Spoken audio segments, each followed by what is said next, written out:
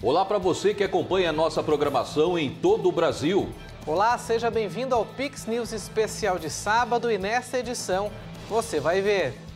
Governo de Santa Catarina inaugura em Joinville um radar meteorológico. Instalação do equipamento tem como objetivo a prevenção de eventos climáticos e irá beneficiar vários municípios da região do litoral norte do estado. Mercado audiovisual em alta. Nossa equipe conversa com um especialista no assunto que participou de um evento em Garopaba, dando dicas de qualificação para suprir as inovações do mercado de trabalho. Regiões Sul e Sudeste apresentam maior incidências de doenças inflamatórias intestinais. Profissional explica como hábitos saudáveis contribuem para diminuir as chances de adquirir essas patologias.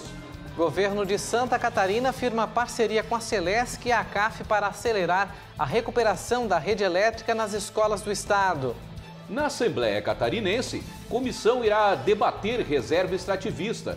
Discussão será sobre Ressex, Cabo de Santa Marta, em Laguna. Pais e amigos de autistas se unem e fundem associação. O objetivo é buscar melhorias dos diagnósticos e tratamentos. Obras do Instituto de Educação General Flores da Cunha, no Rio Grande do Sul, finalmente avançam. Essas outras informações e aquela pitadinha de opinião a partir de agora no Pix News.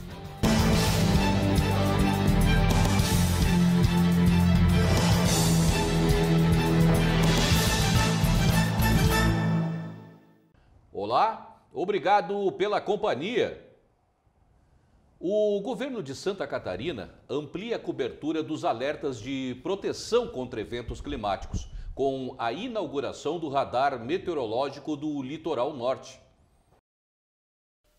A Secretaria de Estado da Proteção e Defesa Civil de Santa Catarina inaugurou nesta segunda-feira, dia 17 de julho, o radar meteorológico do Litoral Norte.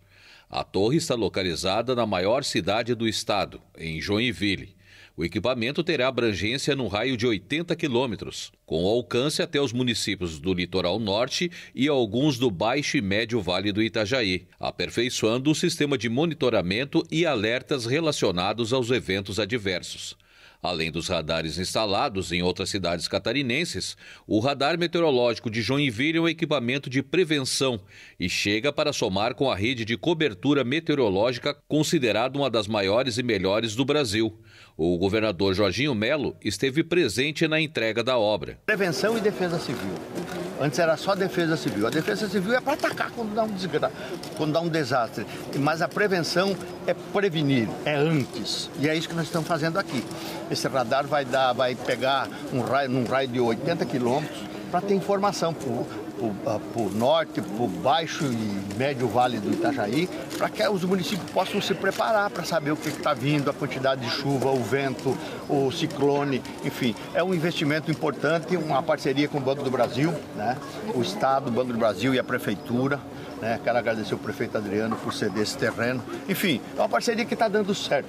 Nós precisamos cuidar das pessoas e isso é um equipamento que vem ao encontro do que nós estamos pregando. Segundo o secretário de Estado da Proteção e Defesa Civil, Coronel Armando, informou que as previsões meteorológicas serão mais rápidas e com precisão, beneficiando também outras regiões do estado. Bom, primeiro ele complementa a cobertura meteorológica do estado. Hoje nós não tínhamos esse radar, então a região norte do estado não estava bem... Assim, as informações não eram tão precisas e velozes. Com a instalação desse radar, nós cobrimos a parte norte do estado, que é uma parte onde chove muito. Joinville é a nossa cidade que mais chove. E, além do que, a gente também dá um apoio para o norte do Paraná, ali no sul do Paraná, BR-376, que também está sendo coberta e tem ali muito deslizamento. E reforçamos a cobertura lá do Vale do Itajaí, porque o radar de Londres não cobria aqui o litoral, parte do Itajaí. Então, esse radar vem complementar a cobertura de Santa Catarina, que é o único estado que está totalmente coberto pela meteorologia, e melhorar a qualidade da informação e a velocidade. Então é uma obra de 5 milhões de reais, 5,1 milhão de reais. Ela complementa a nossa atividade e para nós da Defesa Civil, para o governo de Santa Catarina, para o governador, é muito importante a gente poder fazer mais uma entrega para a proteção dos nossos catarinenses. O coordenador de monitoramento e alerta da Defesa Civil disse que a tecnologia é de última geração, sendo este o 4º adquirido pela instituição catarinense. Bom, esse radar ele é diferente do radar de Lontras e de Chapecó, que são radares de longo alcance, são radares banda S, então eles têm uma capacidade de cobrir grandes áreas, né? Esse radar, ele compõe a rede de radares do litoral, junto com o radar de Araranguá. Agora a gente está instalando o 2º radar no nosso litoral. A ideia é fazer um cobrimento de uma área menor para pegar aquelas chuvas de circulação marítima que vêm do litoral. Essas chuvas, geralmente elas são formadas por nuvens muito baixas que vêm do oceano, e essas chuvas geralmente são muito difíceis de serem detectadas pelo radar de Lontras. Já o prefeito de Joinville, Adriano Silva, destacou a importância da parceria do governo do estado para que haja um avanço em termos de prevenção. Esse é um grande investimento do governo do estado aqui na cidade de Joinville, juntamente com a prefeitura municipal, né, que está cedendo o terreno, né, inclusive câmeras de segurança e tudo mais, para que a gente possa efetivamente avançar com projetos de prevenção, né, porque trabalhar na prevenção é o que realmente vai ajudar a população. Então é um grande investimento da Defesa Civil do estado e aqui na região. Após a pandemia do coronavírus, que provocou o isolamento social, prejudicando diversos setores, entre eles o setor cultural, aos poucos as coisas vão voltando ao normal. E é com essa esperança de ascensão da cultura que artistas e produtores buscam se qualificar para entender as demandas do mercado audiovisual, que se renovam a cada temporada. Mesmo que a televisão ainda seja o principal veículo de comunicação consumido pelas pessoas, as plataformas de streaming estão inseridas cada vez mais no cotidiano e o modo de consumo acaba refletindo no modo de produção. Pensando nisso, a Casa de Cultura de Garopaba promoveu uma roda de conversa com o Luca Paiva Melo, roteirista e produtor de destaque no eixo Rio-São Paulo, que trouxe um pouco de suas experiências para agregar com os produtores do litoral sul catarinense. Luca é uma mente criativa que, entre tantos trabalhos reconhecidos, atualmente vem trabalhando na série infanto-juvenil Bugados.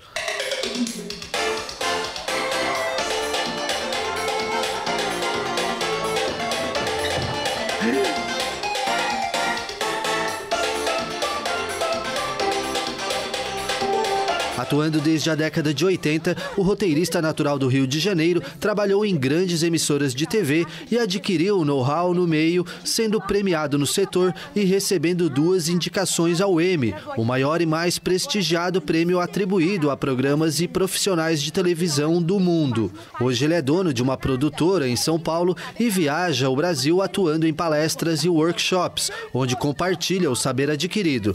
Para ele, o mercado está aquecido e as oportunidades devem aumentar cada vez mais. Eu acho que tem uma oportunidade que certamente voltará, que é a produção regional.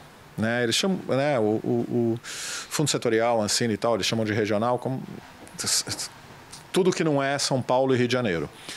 E tem, normalmente, eu acho que a gente está voltando à normalidade dentro da Ancine e tudo, assim, tem sempre bons editais, bons concursos, oferecendo uma reserva de mercado para regiões fora do eixo Rio-São Paulo.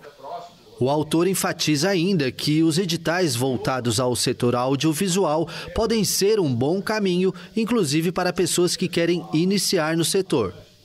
É importante ficar de olho nos editais, porque os editais vão voltar. Os editais de produção são editais mais complicados, que envolvem muitas vezes o que você já produziu, esse dinheiro que a gente está pensando aqui, como é que você vai administrar, você tem como provar que você já fez, não fiz ainda, etc. Mas os editais de desenvolvimento, que tem um risco menor, porque é criação, né? Você vai criar, você tem que entregar projetos escritos, é bem menos complexo do que botar de pé uma produção. Né? Então, esses são grandes oportunidades, são portas de entrada mais viáveis. O Brasil é líder na América Latina, tanto no consumo como na produção e distribuição do mercado audiovisual. No entanto, mesmo com as premiações dos editais, poucas produções chegam ao conhecimento do grande público, devido à falta de bons contatos na hora de negociar a distribuição. É importante saber o que foi produzido, é importante saber o que agora está se desejando, né?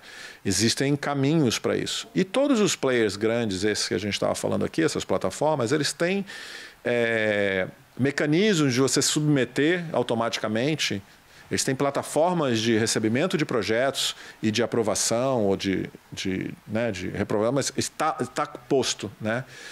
E a partir do momento que você se conecta com alguém que já tem a experiência anterior, porque é isso, né? A gente começa pequenininho, depois a gente vai, tenta um negócio um pouquinho maior, né? A gente não vai trabalhar direto para coisa gigante. Então, assim, eu acho que é importante estar conectado com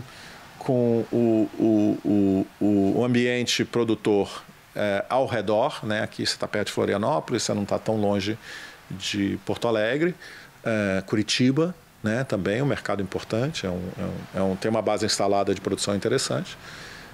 Mas o que vai falar, na real, é o seu projeto. Então, você tem que estar muito preparado, você tem que ler muito sobre como os projetos, tentar descobrir, pedir, você tem algum projeto que já foi aprovado, posso ler, né? Para você chegar o mais perto possível. Contratar alguém ou chamar alguém para ser um colaborador, alguém que já tenha uma experiência a priori, né? Esse é o caminho. O público presente, além de se conectar com a experiência do palestrante, entende que momentos como este servem de incentivo para a produção local. A gente vê um cara que é renomado na área e falar um pouco sobre a vida dele desperta também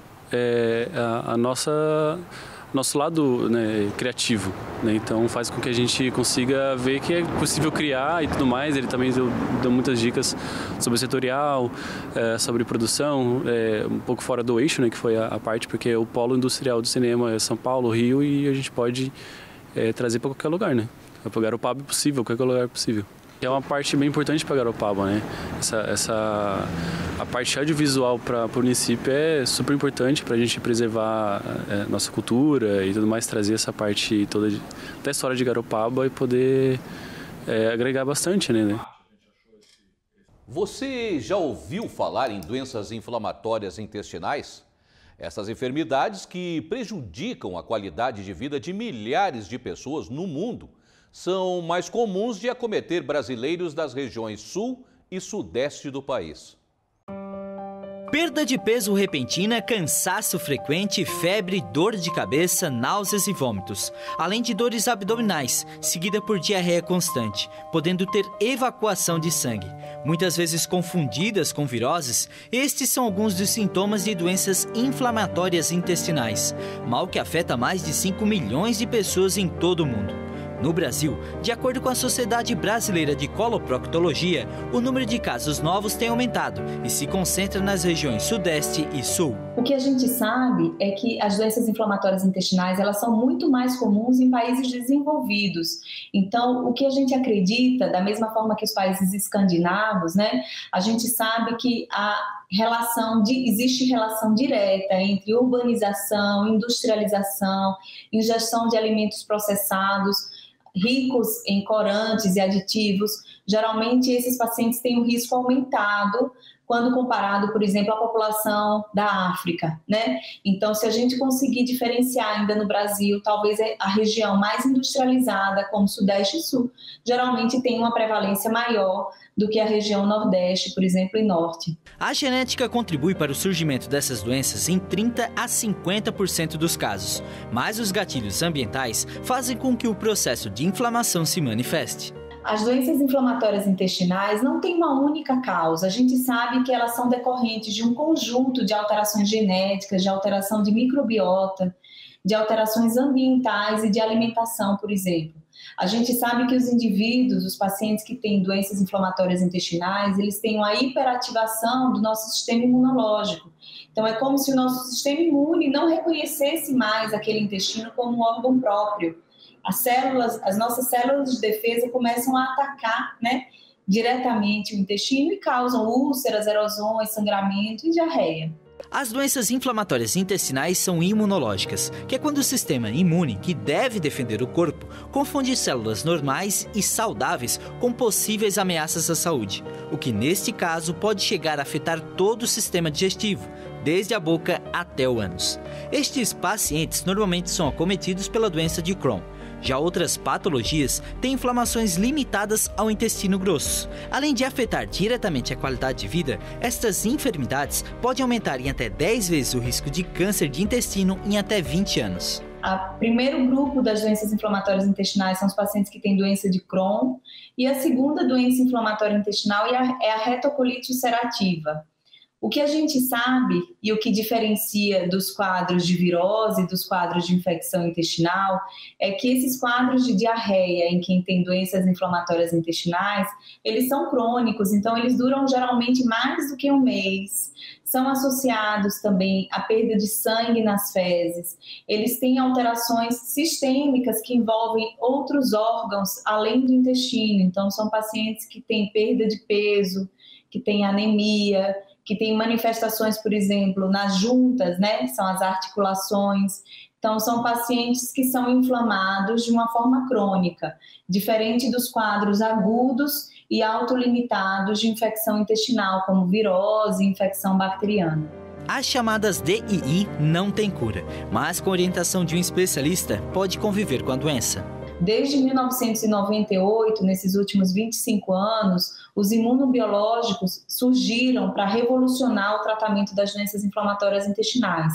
Então, através dessas medicações, a gente consegue reduzir a hospitalização, reduzir necessidade de cirurgia e reduzir o uso crônico de corticosteroide, por exemplo, que era o que se fazia há muito tempo. Tá? Então, o tratamento ele requer um segmento contínuo, né? E a gente sabe que os pacientes que têm doenças inflamatórias intestinais, eles não curam, mas eles têm um controle adequado da doença que permite ao paciente, devolve ao paciente a qualidade de vida que ele precisa. Nos últimos 5 anos, as pesquisas sobre o assunto têm deixado mais claras as respostas sobre os fatores de origem dessas inflamações.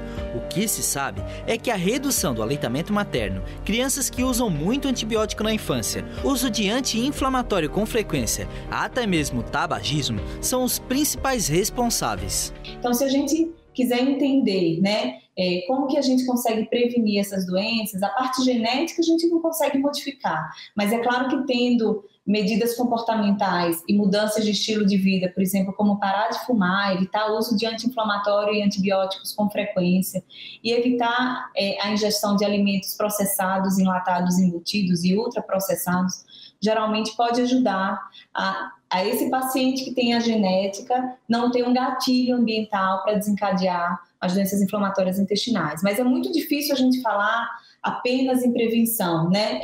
É um conjunto de alteração genética e de hiperativação do nosso sistema imunológico. O Rio Grande do Sul conta com um novo aplicativo para facilitar a comunicação entre Estado, servidores e pensionistas. Foi lançado nesta semana o app Servidor RS. Uma nova ferramenta está à disposição dos servidores e pensionistas do Rio Grande do Sul. Foi lançado nesta quinta-feira o app Servidor RS. O aplicativo é um novo canal entre o governo, pensionistas e servidores e facilita o acesso às informações funcionais, além de notificações via smartphone, notebook ou computador pessoal. A partir desta quinta já está disponível para ser baixado na Play Store e em breve disponível na Apple Store ou por meio de link. A autenticação é feita pelo gov.br. O governador do Rio Grande do Sul, Eduardo Leite, destacou o exemplo de integração entre as diversas áreas do governo. A gente quer o IP Saúde com força, com fôlego, com a capacidade de dar o atendimento que os nossos servidores merecem. E, por isso, o lançamento do aplicativo aqui vem na esteira desse esforço, né, de um IP Saúde com a capacidade de dar a segurança, a certeza do servidor estar bem atendido, protegido e com a facilidade do acesso, né, pelos portais e pelo aplicativo de tudo aquilo que ele tiver de necessidade do plano de saúde. Para o presidente da Procergs, trata-se de mais uma entrega que faz parte da estratégia digital do governo, que busca simplificar não só a vida do cidadão, mas dos servidores, procurando modernizar e oferecer melhores serviços à população em geral. essa plataforma, canal de comunicação muito importante para trabalhar junto ao nosso usuário. E nesse momento, governador, agradecer demais pela oportunidade, né? Estamos aqui com uma equipe grande também do próprio P-Saúde, da Procerx, o material que foi desenvolvido a 4 mãos. O mundo deve se preparar para ondas de calor mais intensas. O alerta foi feito pela ONU nesta semana, quando várias regiões do hemisfério norte registram temperaturas extremas. A ONU alertou nesta terça-feira que o mundo deve se preparar para ondas de calor mais intensas, no momento em que várias regiões do hemisfério norte registram temperaturas extremas, que provocam incêndios e ameaçam a saúde da população. John Nair, especialista em calor extremo da Organização Meteorológica Mundial, vinculada à ONU, afirmou que estes eventos continuarão crescendo em intensidade. Ele acrescentou que o fenômeno El Niño vai apenas amplificar a incidência de intensidade de ondas de calor extremas. As ondas de calor que afetam o hemisfério norte continuam nesta terça-feira, com incêndios ativos na Grécia e nos Estados Unidos, assim como um possível recorde de temperatura para o continente europeu nas ilhas italianas da Sardenha e Sicília. As autoridades de saúde emitiram alertas para calor extremo nos Estados Unidos, Europa e Ásia, com recomendações para hidratação constante e para que as pessoas se protejam do sol, em mais uma demonstração dos efeitos diretos da mudança climática. O cientista da OMM disse que um dos fenômenos notáveis que eles observaram é que o número de ondas de calor simultâneas no hemisfério norte multiplicou por 6 desde os anos de 1980 e que esta tendência não mostra nenhum sinal de queda. E a ONU alertou também nesta semana sobre os riscos que a inteligência artificial traz para a paz e segurança do mundo e pediu uma ação urgente contra esta tecnologia, segundo a entidade, sem precedentes. Os riscos que a inteligência artificial traz para a paz e segurança do mundo foram debatidos nesta terça-feira na primeira reunião do Conselho de Segurança das Nações Unidas sobre o tema. Em Nova York, o secretário-geral da ONU, Antônio Guterres, alertou: Está claro que a IA terá um impacto em todas as áreas de nossas vidas, incluindo os 3 pilares das Nações Unidas. Ela tem o potencial de turbinar o desenvolvimento global, desde o monitoramento da crise climática até avanços na pesquisa médica. Oferece um novo potencial para a realização dos direitos humanos, particularmente para a saúde e a educação. Mas o Alto Comissariado para os Direitos Humanos expressou preocupação com as evidências de que a IA pode amplificar o preconceito, reforçar a discriminação e permitir novos níveis de vigilância autoritária. O diplomata português destacou que as utilizações militares e não militares da inteligência artificial podem trazer consequências graves para a paz e segurança mundial.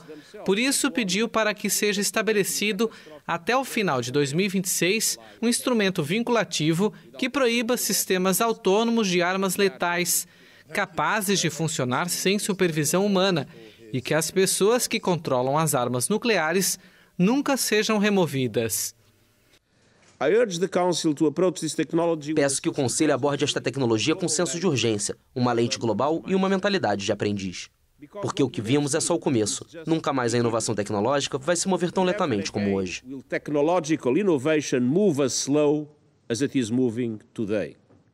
O diplomata português reforçou que até mesmo seus criadores apontaram que a inteligência artificial generativa tem um enorme potencial para o bem e para o mal, em grande escala. Guterres também reiterou apoio à criação de uma entidade das Nações Unidas para ajudar a otimizar os benefícios da inteligência artificial e reduzir os riscos, como a Agência Internacional de Energia Atômica ou o painel intergovernamental sobre mudanças climáticas.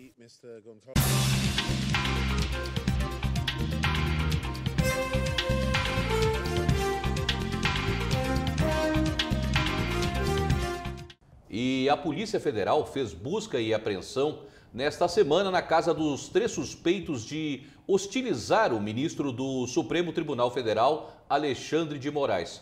Essa operação foi legítima, Tiago? Olha, Marcelo e audiência, parece que sim, mas no fundo não foi. É isso mesmo. O ato de enviar a Polícia Federal à casa dos 3 familiares mostra como o sistema funciona aqui no Brasil. Antes de irmos aos fatos, eu quero aqui reforçar que qualquer tipo de agressão, seja ela física, verbal, nós devemos combater, e assim seja, seguindo os rigores da lei. Voltando aos fatos, já se tem várias informações sobre o caso.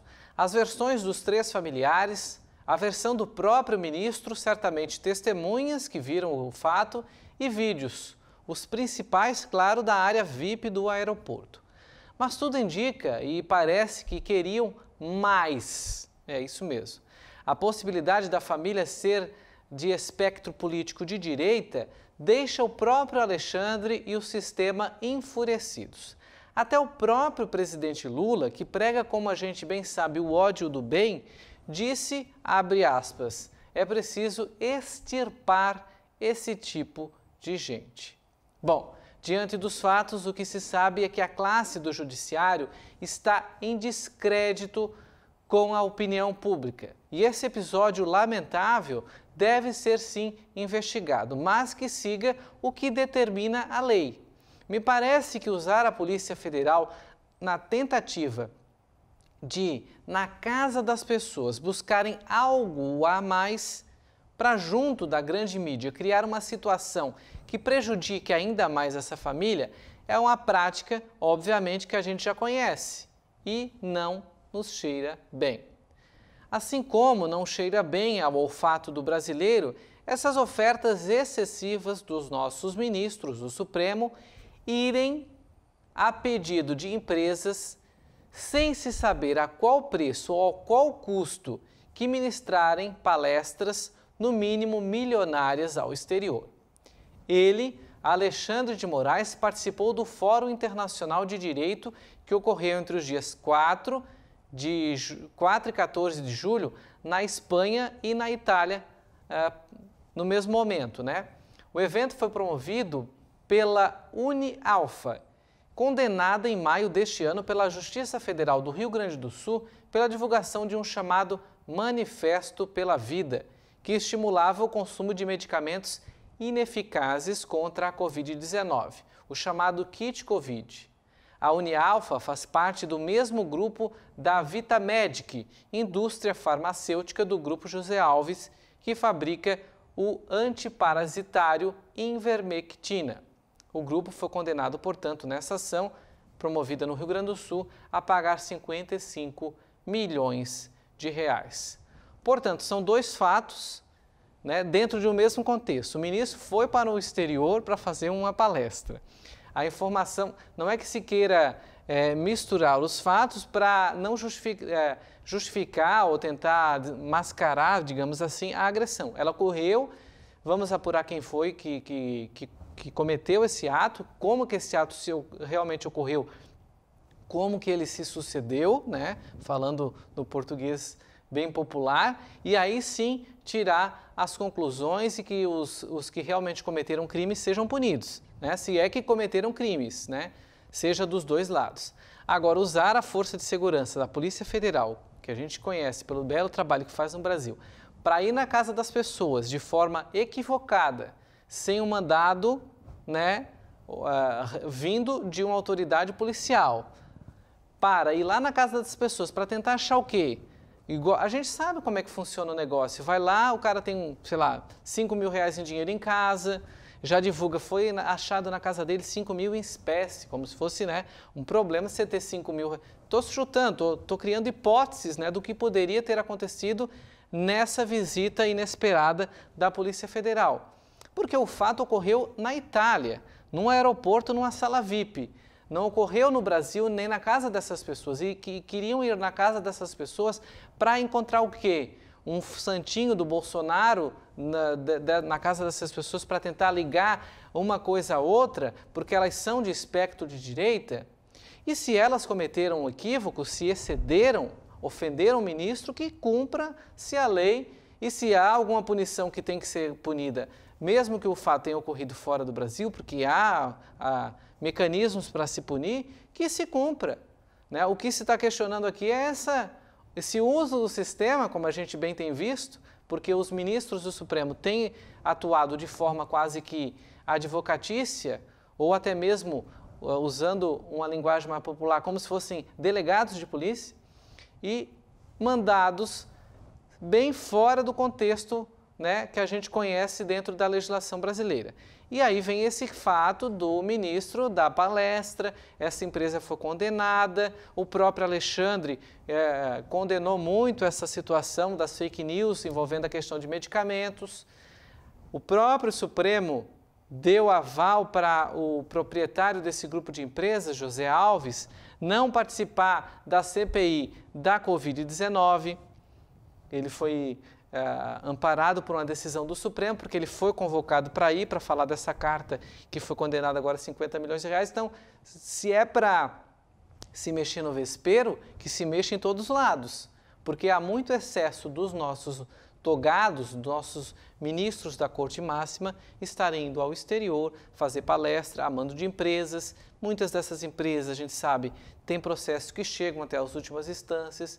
Então, me parece há uma faca de dois gumes e uma linha muito tênue entre esse interesse, né? Então, por isso que a gente traz essas duas reflexões. Mas se eu reforço, se houve crime, né? Se houve algum equívoco, algum excesso, que quem excedeu que seja cumprida o rigor da lei e que tenha ser tomada alguma penalidade. O mais interessante que eu acho, Tiago, numa pequena opinião, é que nesses fatos é sempre cobrado com relação às autoridades, né? Vamos dizer assim, entre aspas, um certo comportamento, ou melhor, um devido respeito, mas, no entanto, o cidadão, desde que envolvido, não obtém os trâmites necessários, que seriam de abrir um inquérito, de passar isso pela mão da polícia, ou seja, em uma situação que deveria ser o último recurso, toma todas as iniciativas passando por cima dessas instituições,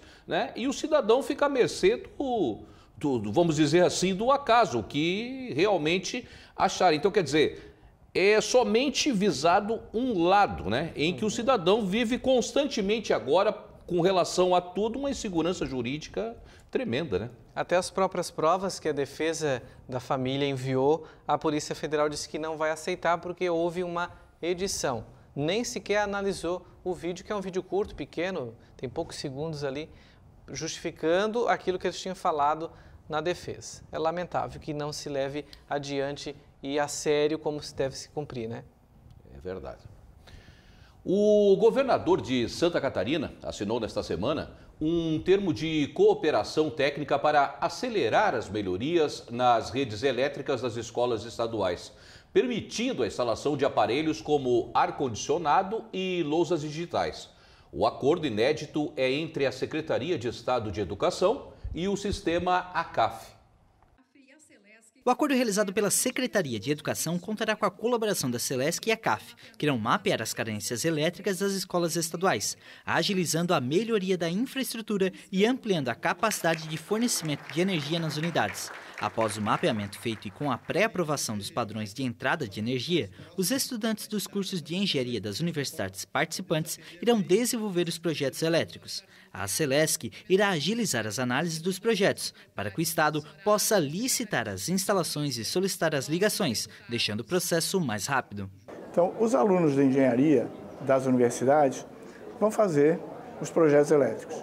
E a Celesc vai fazer o seu projeto e acesso às escolas com maior quantidade, com maior qualidade. Isso é segurança para as escolas. Normalmente, projetos antigos precisam ser revitalizados, modernizados, para que possa colocar mais carga, climatização, conforto aos alunos. É um grande projeto que o Estado de Santa Catarina e a Celesc e a CAF assinam nesse momento. Reúne os seus melhores talentos e coloca à disposição para que eles possam elaborar os projetos estruturais e então, junto da Celesc, fazer a execução no decorrer do tempo em 300 escolas do nosso estado. Somos 7 instituições envolvidas nesse projeto, cada uma assumindo um polo e uma região. E tenho certeza que a execução ao longo do tempo se dará de modo muito qualificado e tendo uma contribuição muito importante para a melhoria desses ambientes de ensino e aprendizagem. O investimento não tem investimento. O investimento é da Celesc, o investimento é da Secretaria de Educação.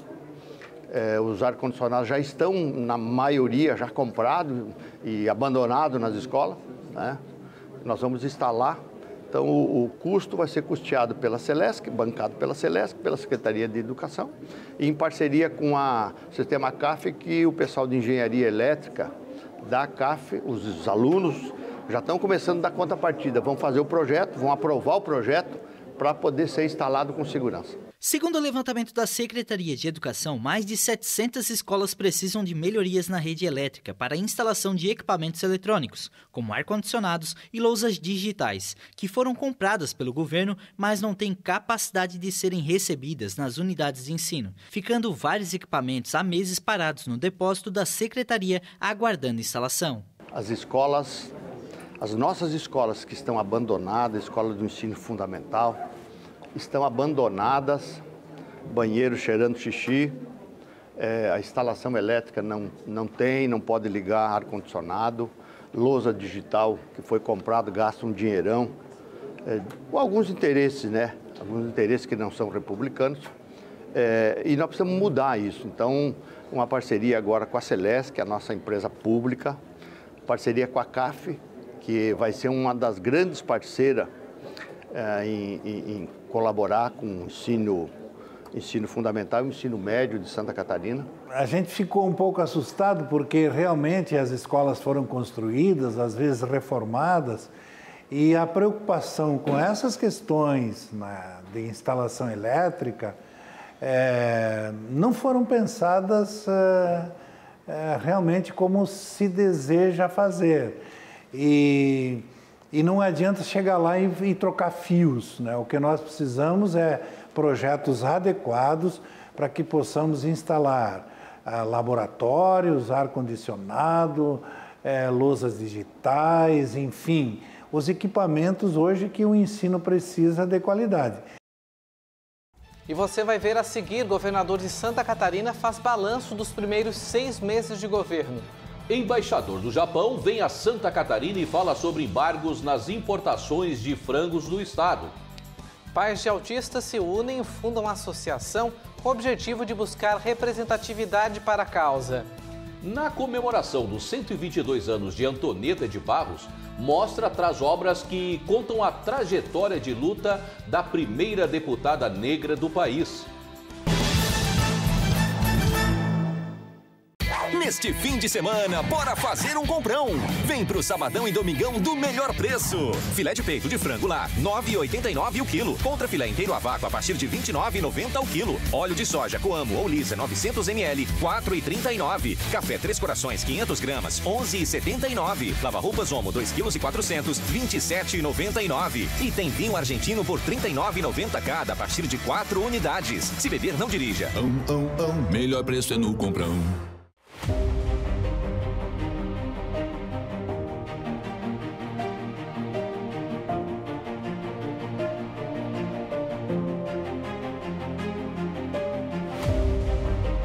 Somos emoção e razão. Somos humanos e tecnológicos. Nós somos apaixonados pelo que fazemos. Esta é a nossa vocação. Hospital Veterinário Vital. Unidade Laguna, Unidade Imbituba, Garopaba. E o governo de Santa Catarina fez nessa semana um balanço dos primeiros 6 meses de governo. O governo de Santa Catarina divulgou hoje o balanço dos trabalhos realizados no primeiro semestre. No texto, o Estado destaca os projetos aprovados nas áreas da saúde, educação, segurança, governança, infraestrutura e economia. Para a rede de ensino, foi ressaltada a aprovação do programa Universidade Gratuita e a recuperação da rede elétrica das escolas. Que vai mexer com a vida do catarinense, ou que é nato e o que veio para cá morar há mais de 5 anos. Nós vamos mudar a história da educação em Santa Catarina. Nós vamos ser case nacional, eu não tenho dúvida disso. Pela primeira vez na história, um governador se preocupa em investir efetivamente na educação. Isso vai dar reflexo no ensino médio, no ensino médio que nós estamos melhorando agora para a formação técnica, no ensino fundamental, Já está aparecendo resultado em reforma de escola, enfim, tudo aquilo que a CAF e as universidades comunitárias podem nos ajudar. O governo enfatizou a realização dos mutirões da saúde, que aumentaram em 31% as cirurgias eletivas e em mais de 8% os procedimentos de emergência. Acabando com essa fila vergonhosa que Santa Catarina tinha, de 105 mil pessoas esperando na fila por mais de 3 anos, sofrendo com pedra no rim, com problema de vesícula, com o braço quebrado, com o joelho, com o fêmur, enfim, nós vamos melhorar a qualidade dos nossos hospitais públicos em parceria com os hospitais filantrópicos para melhorar a qualidade de vida das pessoas. O balanço também apresentou os investimentos futuros de infraestrutura no estado, como os 4,5 bilhões de reais na rede elétrica catarinense para os próximos 4 anos. Sempre foi uma dificuldade muito grande, empresas abandonando Santa Catarina pela má qualidade da energia. Hoje a gente está fazendo um investimento de 4 bilhões e meio do dinheiro da Celesc, do lucro que ela vai produzir em 4 anos, informando cada município o valor que vai receber e o que a gente vai mudar lá. Transformadora, a rede trifásica, a rede com cabo isolado, enfim. O embaixador do Japão visitou nesta semana Santa Catarina. Dentre os assuntos abordados, foi solicitado a retomada das importações de carne de ave. Na manhã desta quarta-feira, o governador Jorginho Melo recebeu na Casa da Agronômica o embaixador do Japão, Hayashi Teihei, para tratar assuntos comerciais e políticos. Dentre os temas abordados no encontro foi a suspensão temporária da importação de aves para o país asiático por causa da gripe aviária. O governo catarinense busca reverter a suspensão da compra de carne de frango, exaltando o trabalho de controle sanitário realizado no estado. Jorginho destacou que essa questão pontual do foco da gripe aviária é algo superado e que nenhuma empresa de abate de frango sofreu algum impacto. Na oportunidade, outros investimentos que unem Santa Catarina e o Japão foram tratados. Não tenha dúvida, a nossa relação com o Japão é muito forte e muito antiga. A gente tem laços que nos unem, né, de negócios, de cultura, né, e de colaboração. Nós estamos recebendo aqui o embaixador aqui, acompanhado do cônsul, mais autoridades aqui na Casa da Agronômica, para demonstrar o nosso respeito e o interesse que Santa Catarina tem em continuar fazendo negócio, ampliando a nossa participação junto à economia japonesa.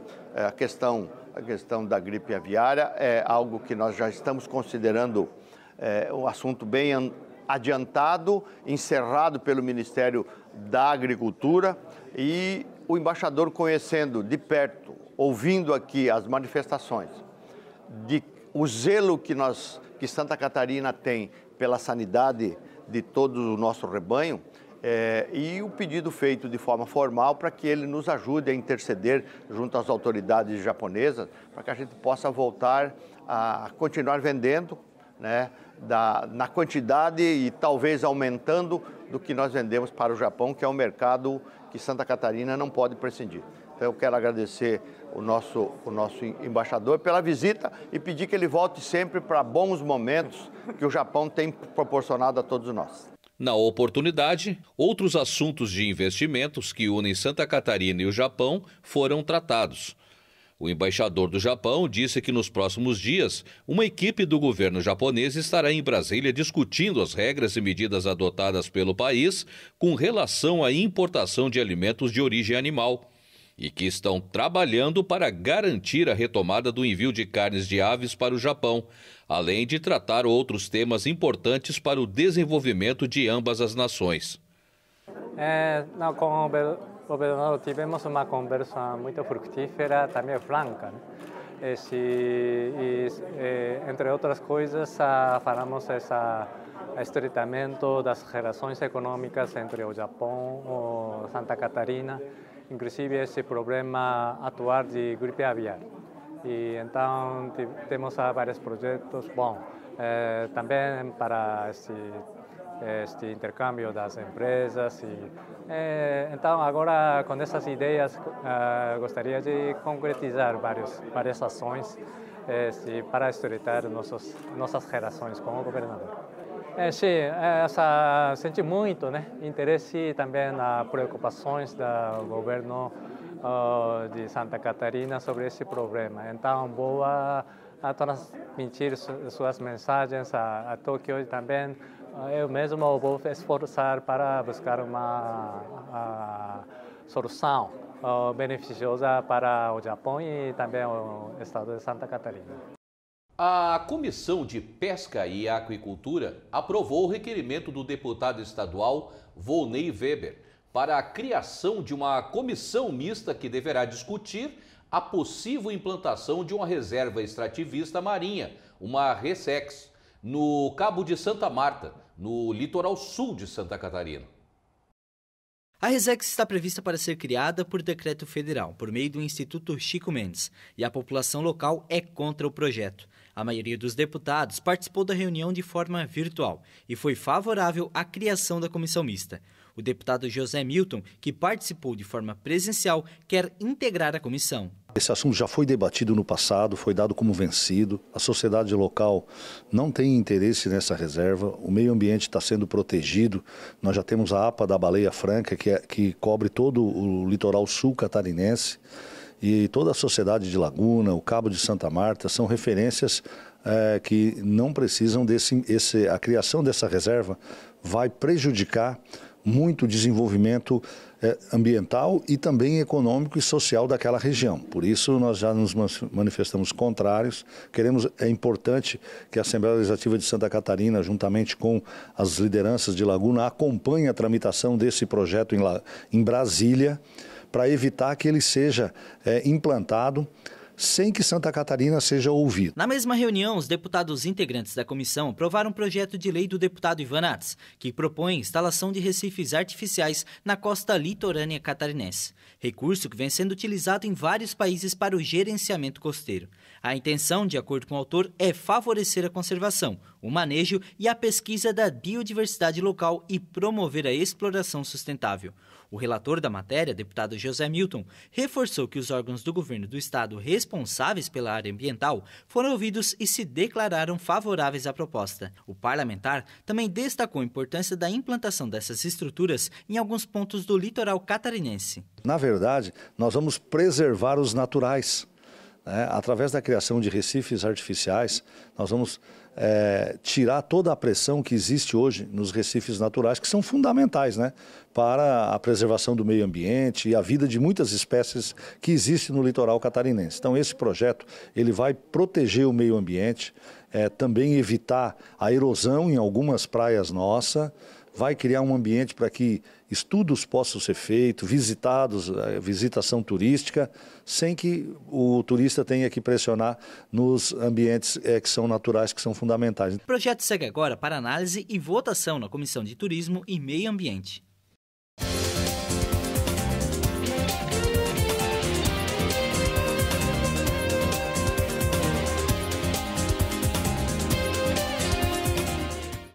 O astro argentino Lionel Messi foi apresentado aos torcedores do Inter Miami em um evento lotado no estádio DRV PNK.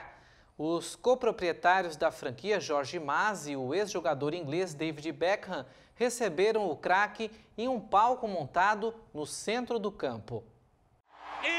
Uma grande festa no estádio DRV PNK em Fort Lauderdale, na Flórida, marcou o início da passagem de Lionel Messi pelo Inter Miami. A chuva não afastou os 18 mil fãs de futebol que foram até o local para recepcionar o craque argentino. O novo camisa 10 da Major League Soccer foi recebido em um palco montado no centro do gramado pelos coproprietários da franquia, Jorge Mas e o ex-jogador David Beckham. O lendário meio-campo inglês, visivelmente emocionado, afirmou que a chegada do astro era um sonho que se tornou realidade. Aos 36 anos e após 2 anos complicados no Paris Saint-Germain, Messi deixa pela primeira vez o futebol europeu para passar talvez suas últimas temporadas como profissional em um ambiente de menor pressão esportiva. E nesta quarta-feira, o governador do Rio Grande do Sul, Eduardo Leite, visitou as obras do Instituto de Educação General Flores da Cunha.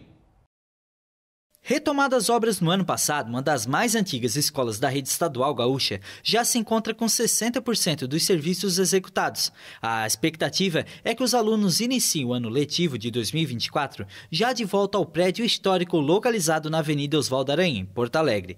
A reforma tem investimento de 23,4 milhões de reais do Tesouro do Estado. Em julho de 2016, mais de 1.500 estudantes foram transferidos para outras escolas da capital e o Instituto fechado para reformas. Já se passaram 7 anos desde a assinatura da ordem de serviço para a realização da restauração do prédio, mas devido à falta de pagamentos por parte do Estado, as obras chegaram a ser paralisadas em 2019. Desde o início dos trabalhos em 2016, já se passaram 2 construtoras. Desde 2021, quando a gente retomou esse processo, a gente consegue colocar as obras a serem retomadas. Estou feliz aqui em ver o resultado, vai ficar um prédio totalmente renovado, totalmente recuperado, 23 milhões de reais que o governo do Estado está investindo aqui. E, além de poder retornar o Instituto de Educação para cá, vai ser contemplado também com centro de mídias mediadas por tecnologia, de educação mediada por tecnologia, formação de professores, centro de formação de professores aqui neste prédio e também um museu, na verdade, para a educação do futuro. A gente quer ter aqui um espaço que seja visitado por outras escolas, professores, por toda a nossa rede, por outras redes de ensino também, como uma referência, um farol para a educação do Rio Grande do Sul aí para o futuro, Os 122 anos de Antonieta de Barros foram marcados por evento na Assembleia Legislativa de Santa Catarina. Uma mostra de livros sobre personalidades que participaram da história de Santa Catarina foi um dos eventos realizados para marcar os 122 anos de Antonieta de Barros. Responsável pela editora Cruz e Souza, o escritor, historiador e mestre em educação Fábio Garcia falou sobre alguns dos títulos disponíveis. Lançado em 2023, Antonieta de Barros de Jerus a Romão já está na 2ª edição. A obra fala sobre a trajetória e o legado da professora, jornalista e primeira deputada mulher negra eleita no Brasil. Sobretudo, a obra de Jerus e Romão, ela humaniza Antonieta, recoloca Antonieta dentro da geração negra do pós-abolição e recoloca Antonieta dentro da sua genealogia de família. Pela primeira vez aí temos os nomes do pai, os irmãos, as irmãs, família de Antonieta. Então as relações horizontais da deputada que até então não haviam sido alvo de pesquisa histórica. Então Jerus e Romão, além de trazer as temáticas, as categorias, toda a luta da deputada, traz também esse lado familiar que é tão importante e que foi definidora para a vida profissional de Antonieta de Barros. Outro livro que fala sobre a história da primeira deputada estadual catarinense é Antonieta, de Eliane Debus. Lançado em 2019, a obra já está na 3ª edição. Bom, a obra de Eliane Debus é uma obra voltada para o público infantil, com ilustração de Anne Gonzala, premiada ilustradora de Salvador, e que já está na sua 3ª edição e sendo adotada por diversos municípios de Santa Catarina. E é um chamego, é um afeto, um grande afeto, dedicado então às nossas crianças, trazendo um pouquinho da trajetória da deputada e professora Antonieta de Barros.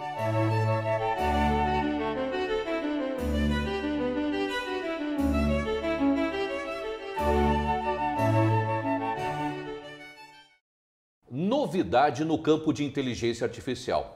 A Meta, proprietária do Facebook, lançou a Llama, uma versão de código aberto da tecnologia, voltada para que os pesquisadores possam aperfeiçoá-la. A nova versão gratuita do modelo de inteligência artificial da Meta é para competir com a OpenAI e o Google. As rivais desenvolveram modelos linguísticos que servem de base aos chatbots ChatGPT e Bard, que despertaram grande entusiasmo pela capacidade de imitar a criatividade e a experiência humana. A proprietária do Facebook, que tem evitado lançar produtos de inteligência artificial generativa diretamente ao consumidor, desenvolveu a Llama, um modelo de linguagem pensado especificamente para que os pesquisadores possam aperfeiçoá-lo. O mais importante é que o produto é de código aberto, o que significa que o funcionamento interno está à disposição de todos para que possam estudá-lo e modificá-lo. O modelo líder mundial, GPT-4, é fechado e os clientes que utilizam não têm acesso ao código de programação nem ao gerenciamento de dados. O diretor-geral da Meta, Mark Zuckerberg, destacou que a escolha empresarial também melhora a segurança, porque quando o software é aberto, mais pessoas podem examiná-lo para identificar e solucionar possíveis problemas. O anúncio revelou que a Microsoft será parceira da Meta nesta estreia e estará disponível no Microsoft Azure, Windows, Amazon Web Services e Hugging Face. E os fãs da Barbie nas Filipinas expressaram sentimentos contraditórios durante a estreia do filme sobre a boneca famosa nesta quarta-feira. O filme foi criticado pelos censores do país por supostamente mostrar as reivindicações de Pequim no disputado Mar da China Meridional em uma cena com um mapa mundi fictício. A Comissão Governamental para o Exame de Classificação de Filmes e Programas de Televisão do país quase não aprovou a circulação do longa. Os censores filipinos começaram a examinar o filme depois que o Vietnã proibiu o lançamento devido a cenas mostrando a chamada Linha dos 9 Pontos, que representa as reivindicações marítimas da China em um mapa. Of course I was concerned because I didn't want them. Claro que fiquei preocupada porque não queria que propagassem ideias com quais o nosso país não concorda. Mas, ao mesmo tempo, eu estava realmente esperando que eles não proibissem ou simplesmente cortassem a cena. Mas, como eu vi, eles realmente não fizeram nada com isso. Foi muito bom. Estamos esperando por isso há muito tempo e, quando assistimos, achamos lindo, especialmente as mulheres, incluindo as mais novas. Especialmente as meninas. É muito empoderador. Em uma carta separada a um senador filipino que criticou o filme, os censores disseram que pediram ao estúdio de Hollywood, Warner Bros., para embaçar os pontos controversos no mapa. Questão de linha de 9 pontos? Fiquei triste. Já tínhamos preparado a roupa e tudo, e poderia ter sido proibido. Ainda bem que avançou. Um porta-voz do estúdio, citado pela revista Variety, disse que a carta era um desenho de giz de cera, semelhante ao que uma criança pode fazer, e não tinha a intenção de fazer qualquer tipo de declaração. Tomaram posse nesta semana os novos diretores do Banco Regional de Desenvolvimento do Extremo Sul, o BRDE.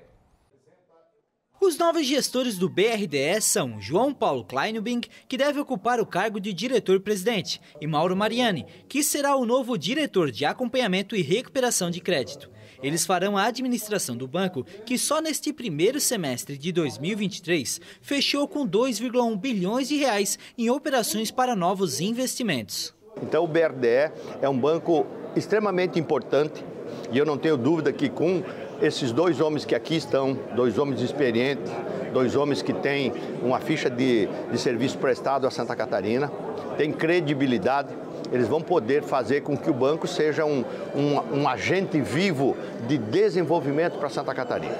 E é essa a minha grande expectativa, que o banco verdadeiramente seja um banco atuante, um banco ativo, um banco que venha ao encontro do desejo do Estado do crescimento de Santa Catarina. João Paulo Kleinubing tem 50 anos e é formado em História e Administração de Empresas e tem mestrado em Políticas Públicas pela Universidade de Oxford, na Inglaterra. Já foi prefeito de Blumenau por 2 vezes, deputado estadual e deputado federal, secretário de Saúde de Santa Catarina e também ocupou o cargo de presidente do Badesc e da Eletrosul.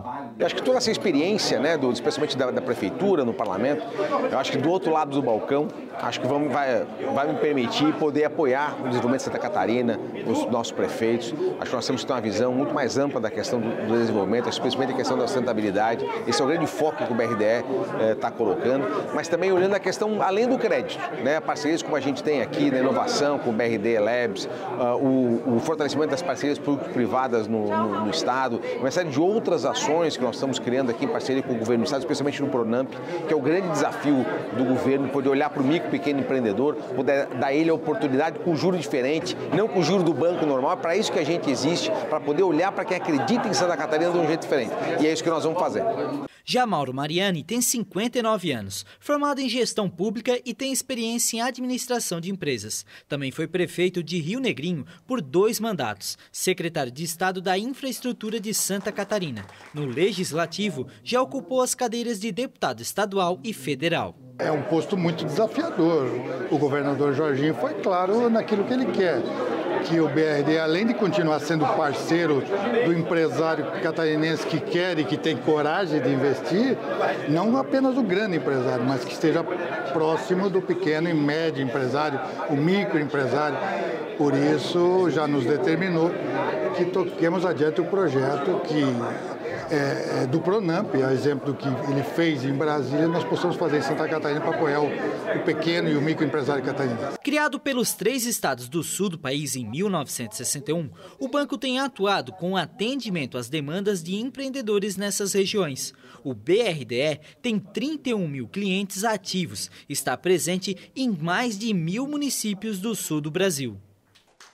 Moradores de Garopaba, no litoral sul de Santa Catarina, criaram oficialmente a Associação dos Amigos dos Autistas, a AMAG, que pretende melhorar o acesso das famílias aos diagnósticos e tratamento dos autistas. No Brasil, não há nenhuma pesquisa que consiga estimar a quantidade de autistas. Até mesmo o último censo realizado ainda não apresentou nenhum resultado sobre o assunto. Algumas pesquisas indicam que possam ser mais de 6 milhões de autistas, só em território brasileiro. Esta condição passou a ganhar reconhecimento há pouco tempo. Por isso, muitas famílias encontram dificuldades que poderiam ter sido evitadas com um diagnóstico no tempo certo. Muitas crianças, que foi o caso da minha filha, ela recebeu esse laudo tardiamente. Ela recebeu aos 17 anos. Tem pessoas aqui que receberam com 30 anos. Então, o autismo hoje ele não é mais só uma questão de comportamental e foi trabalhado muitos anos como uma deficiência. Ela faz parte de um grupo de deficiência conforme se enquadrou no governo, mas na verdade é comportamental. Então, tu tem que aprender a lidar com o autismo, desde infância até fase adulta e não importa a idade. Pensando nisso, moradores de Garopaba resolveram criar a Associação dos Amigos Autistas, a AMAG. Formada por pessoas que de alguma forma têm alguma relação próxima com o transtorno, a nova instituição pretende trazer melhorias para as famílias de Garopaba. A gente vê a dificuldade que os autistas têm na cidade. Daí a gente foi ali na cidade vizinha, na Imbituba, eles têm a AMAI. A gente conheceu, gostamos bastante e resolvemos trazer para cá. Ela vai ajudar bastante os autistas, não vai ser tipo a terapia só ali vai ser para complementar o que o município estiver dando. Vamos ter terapia, vamos ter terapeuta ocupacional, fonoaudiólogo, vamos tentar trazer todos para cá. De primeira instância, a gente vai tentar trazer gente voluntária, porque de início a gente ainda tem pouca renda. Mas a gente pretende atender todos os autistas de Garopaba, se a gente conseguir, se Deus quiser, vamos. E vamos começar por prioridades, aqueles que mais necessitam, que não tem ajuda nenhuma de município, nem nada, ali a gente vai começar e logo em seguida vamos começar a fazer os cadastros também deles. Trazer, essas famílias que têm um neto, um filho autista, e eles terem esse apoio da AMAG com médico, com psicólogo, com terapia, com qualquer significado que a gente tenha que fazer para eles e eles não têm que desembolsar, porque não tem. Então ali a AMAG é para esse motivo, para a gente ajudar, essa família, o próximo, A associação foi oficialmente criada nesta quarta-feira e ainda não tem uma sede própria. Estão em fase de negociação com a prefeitura. Quanto aos profissionais, a princípio a ideia da associação é que atue com os voluntários. Os interessados devem entrar em contato para a realização de cadastro. A gente já está indo atrás de alguns profissionais. Teve um que entrou em contato comigo, um acompanhante terapêutico, que já se disponibilizou a ajudar a gente de forma voluntária. Agora a gente vai começar a ir atrás de mais. Quem queira ajudar a gente pode estar entrando em contato, que a gente agradece. Quem conseguir se locomover até a gente vai montar um local para as pessoas estarem se cadastrar. Quem não tiver condições de ir até a gente vai até a casa da pessoa para estar fazendo esse cadastramento. Para a Kátia, a criação da MAG vai permitir uma alteração muito importante não só para os autistas e os familiares. Isso vai trazer para nós um movimento que a gente pode criar essas situações, criar locais de adaptação, criar formas do entretenimento para jovens e para adultos também, que não tem essa orientação, que não tem locais onde se encontrar com os neurotípicos. E também mostrar para os neurotípicos que é muito fácil lidar, basta entender o comportamento do autista. E o Pix News de hoje fica por aqui. Obrigado pela companhia e um excelente final de semana.